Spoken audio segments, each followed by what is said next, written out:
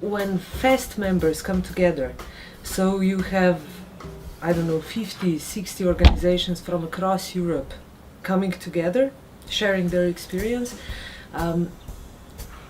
you will undoubtedly have at least 3/4 of them, of people who are there in the conference, at least three-quarters of them will have experience with applied storytelling.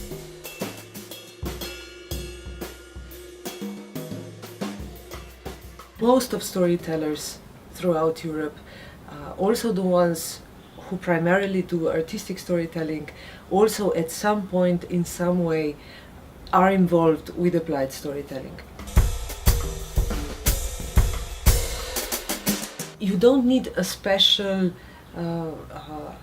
knowledge, you don't need special long education to be able to tell a story, because the way people communicate is always through stories.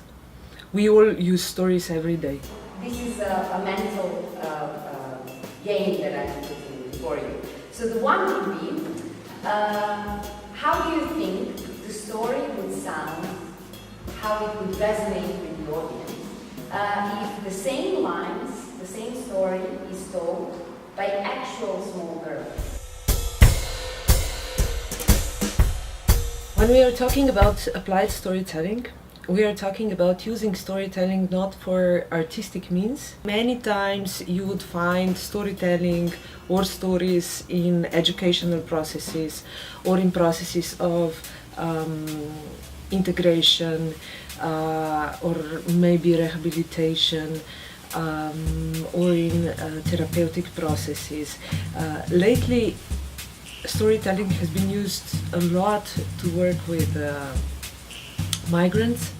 One of the things that I really like to do is working with people and with storytellers. So to connect the storytellers with their stories through their own life stories. So that is one way that I work with applied storytelling.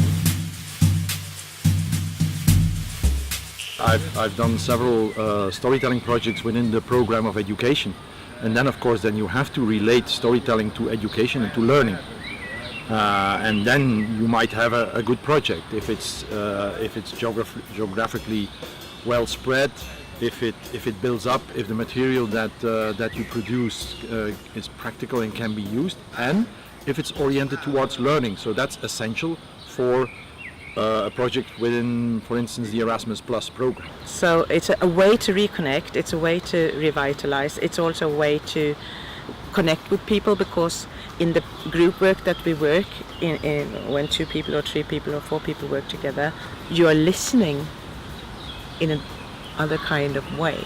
So it's like also used for personal development, yeah, and therapy. Od tih cesti teče potok. No, mi pravimo temu potoku reka, reka Kamniška Bistrica. In v tej reki so race. First time I worked with applied storytelling, it was a program for disabled kids. When we later talked to their mentors and their teachers, they said that some kids got results that they would never expect them to, and they wouldn't even try to push them there. What?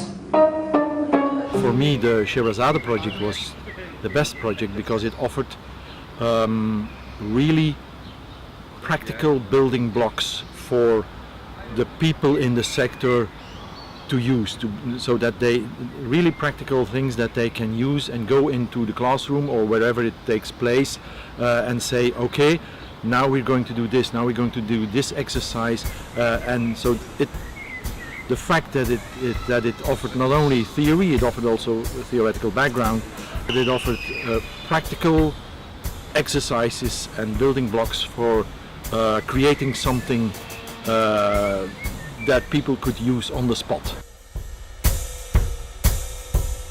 What happens when you start to use stories, and you might get the Somali people together with the Belgian people, and the Belgian people might tell a story in that arena that you've created a story about Hansel and Gretel. And the Somali people say, oh, we've got that story. It's called Dagdir di Mate. It's about a woman who eats her husband. It's the same story. When we are talking about folk tales, they are very similar across the world. Some motifs would be the same here and there, and so you're trying to find some common ground, something where you can say, okay, this is what we both know. We are different in all ways, but we both know this motif, so maybe we can start here. I do something called storytelling with personal objects, or personal objects and biographical storytelling. It's a work that is done with refugees in language learning. The perspectives are in certain interaction. They never exist just as a one-way tunnel. They are like, imagine it like a branched tree, where certain branches are going that way and certain branches are going that way. Certain branches are higher, but actually each cat sitting on each branch more or less can see the other cat sitting on another branch. And this knowledge informs us. Well, multi-perspectivity is a term from historiography. So every historical event is seen differently from different perspectives. And we as historians and storytellers, in a way, have to be aware that there are different perspectives. And very often our position obliges, we have a duty to present these different perspectives or to show that we are aware of them. Storytellers who work with applied storytelling don't always work directly with people who are the final recipients of these programs. A lot of time our work is to teach pedagogic workers, doctors, social workers.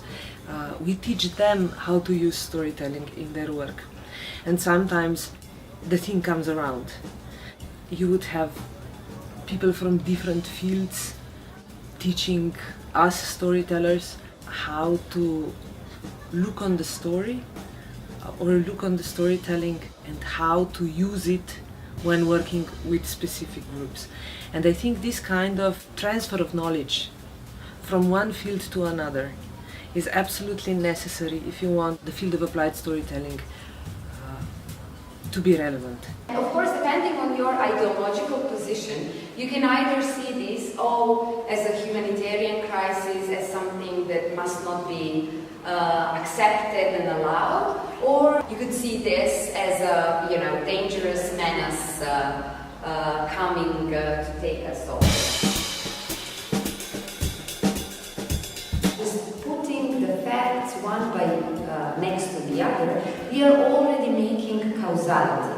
We are already giving information. Who is responsible? Who started it? Who didn't want to start it? And basically that is already storytelling. There is no position that is neutral, and every position has its own biases, stereotypes, comes from a certain tradition of thinking or a cultural context.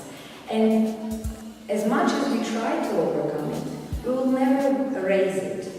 So what we have to do is to be in constant, critical, dynamic interaction with cultural constructs that by the end of the day also constructed us.